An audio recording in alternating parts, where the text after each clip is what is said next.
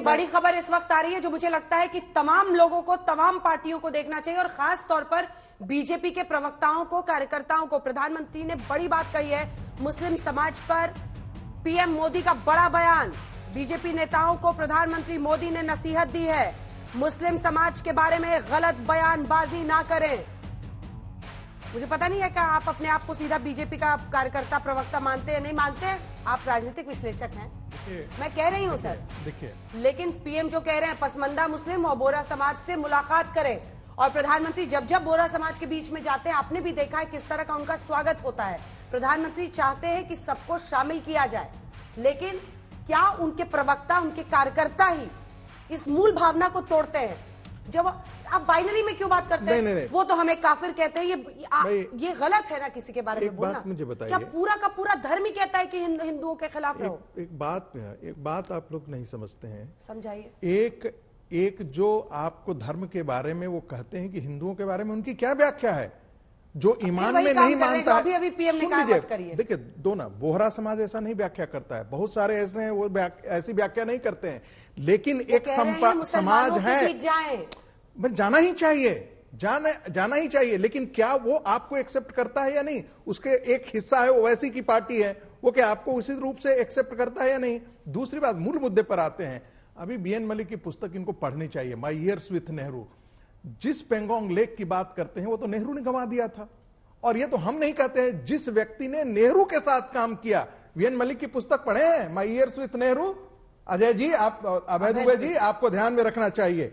आप कहते हैं, राहुल गांधी कहते हैं कि अरे भाई हम तो नफरत की दुकान के खिलाफ काम करते हैं। इमरान मसूद कौन था भाई, जिसने कहा कि प्रधानमंत्री की बोटी बोटी काट करके लाओ, और उसको आपने क्या बनाया? उसको महासचिव बनाया, और आपने उत्तर प्रदेश के इलेक्शन का उसको इंचार्ज भी बनाया। अजीब बात है भाई। क्या आपके समय अमीरी और गरीबी की खाई नहीं थी क्या?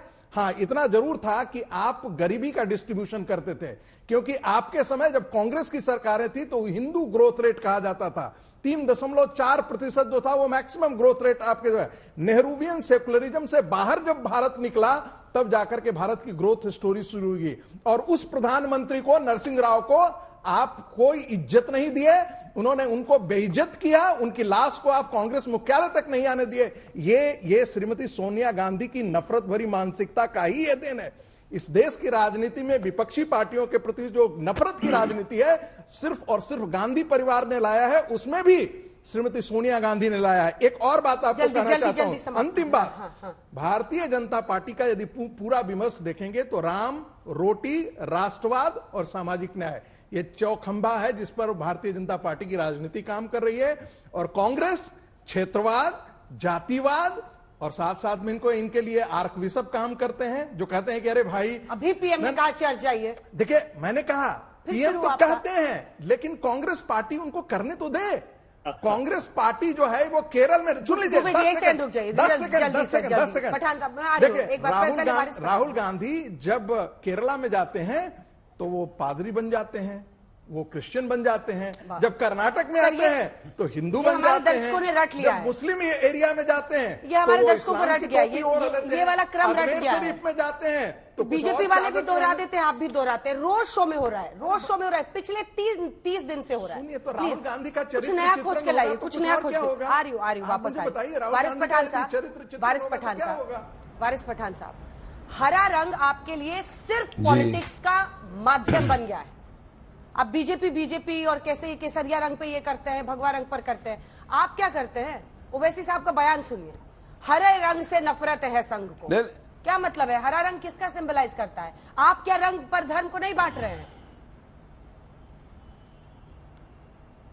नहीं, देख, हम तो हर चारों रंगों का संबंध हमारे से है, हम तो सबका सम्मान करते हैं। मेरे तो तिरंगे के अंदर ही है, हरा कलर भी है, भगवा भी है, सफेद भी है। लेकिन आरएसएस और बीजेपी को बिल्कुल नफरत है हरे रंग से। हमने एग्जाम्पल भी दिया ना, गुलबर्गा के अंदर हरे रंग का वो कलर किया था तो लोगों ने उसको हटा दिया। अरे हरा रंग मुसलमानों के साथ ये जोड़ते हैं ना, हम तो सब रंग को एक समझते हैं, हम तो हर रंग में ढल जाते हैं। अंजना जी, ये रंग की तो लड़ाई आपने देखा नहीं।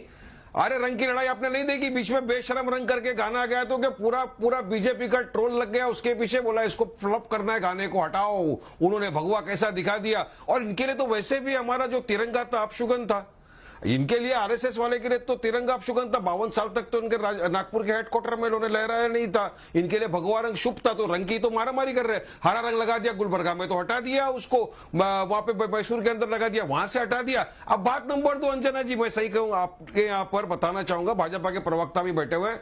बीजेपी ने तो अपनी 2024 की तैयारी कर दी, मैनिफेस्टो जाहिर कर चुके हैं। वो अमित शाह ने बोल दिया मैनिफेस्टो के अंदर कि अब हम बड़ा मंदिर का इनॉग्रेशन करने वाले हैं, तो मंदिर पे चुनाव लड़ेंगे। कर्नाटका में जहां पे चुनाव आने वाला है वहां पर बीजेपी के नेता ने बोल दिया कि अब हम लव जिहाद के नाम पे वोट मांगेंगे। अब डेवलपमेंट, विकास, रोड, सीवरेज, इसकी बात भी नहीं करना, उस पर वोट भी नहीं मांगेंगे। तीसरा, मध्य प्रदेश में चुनाव होना है, वहां पे प्रज्ञा ठाकुर ने बोल दिया छुरी चाकू तेज करके रखो, दुश्मन की गर्दन काटने में काम आएगा। तो ये मंदिर, छुरी चाकू और लव जिहाद, इसी के नाम के ऊपर वोट मांगे। अब मोदी जी ने क्या कहा, जाइए लोगों के अंदर मिलिए। अरे मैं कहना चाहूंगा मोदी जी आपकी बात सुनता कौन है? आपने पहले भी कहा था प्रज्ञा ठाकुर को मैं दिल से नहीं माफ करूंगा। उसने हेमंत करकरे के बारे में जो शहीद हो गए थे आतंकवादी के साथ लड़ते हुए, उनको कहा, मैंने उसको श्राप दिया था। आज फिर वो बोल रही है, तो अब क्या क्यों चुप बैठे? और आपने जो भेजा है लोगों को ना कि जाओ रोज लोगों को मिलो, अभी मैं सुन रहा था तो उनको ये ताकीद करके आपको भेजना था कि वो जाकर ये नहीं बोले JSR बोल नहीं तो मारेंगे, रोकिए, सख्त कानून बनाइए, मॉब लिंचिंग को, नहीं तो वो जाकर लोगों को भड़काएंगे, उकसाएंगे। रोकिए उनको कि वो जाकर ये नहीं बोले कि लव जिहाद के नाम पे हम बात करने आए हैं। रोकिए उनको, रोकिए आपके बयानबाज जो रोज आके शाम को टीवी पे बोलते हैं ना प्रवक्ता, रोकिए उनकी जुबानों पे ताले लगाइए। क्या बोलने को बोला आपने? क्या बोला? जे बोलेंगे अंजना जी, एक ब्रेकिंग न्यूज है, आपको समझ में आ गया ना मैंने क्या बोला? JSR मतलब ये जाके बोलेंगे जबरदस्ती, क्या है ये? मारेंगे नहीं बोलने पर। हमने देख चुके हैं कितने सारे मॉब लिंचिंग के इंसिडेंट्स हो चुके हैं अंजना जी देश भर के अंदर। आपने खुद ने, हमने देखा है, नहीं बोलने पर लोगों को मारा गया, बेकसूरों को मारा गया, इखलाक को मार दिया, पेलू खान को मार दिया। कि अब कब बोलेंगे मोदी जी उसके ऊपर कि भाई भाई नहीं, ये नहीं बोलना चाहिए, किसी को आप जबरन नहीं बुला सकते। संविधान ने किसी को इजाजत नहीं दिया है कि अगर उसका मजहब इजाजत नहीं देता वो नारे लगाओ। क्यों आप किसी के धर्म जाति के ऊपर जाते? इसलिए बोलता हूँ कि जब से भाजपा सरकार आई है सिर्फ नफरत की राजनीति कर रही है। चुप संगीत जी, रागी साहब जरा मेरा वक्त है बोलने दो ना, एक तो 20 मिनट के बाद बोलने मुझे मिला है। और आप तो राजनीतिक विश्लेषक हो, लेकिन आप तो बिल्कुल भाजपा के टट्टू बन के बैठे हो। भाजपा के प्रवक्ता शब्दों की मर्यादा रखिए वारिस साहब, ये ठीक नहीं है। विश्लेषणों को नहीं, जो शब्द, एक सेकंड आवाज नीचे कीजिए, जो शब्द आप अपने लिए नहीं सुनना चाहेंगे वो किसी और के लिए प्रयोग मत कीजिए।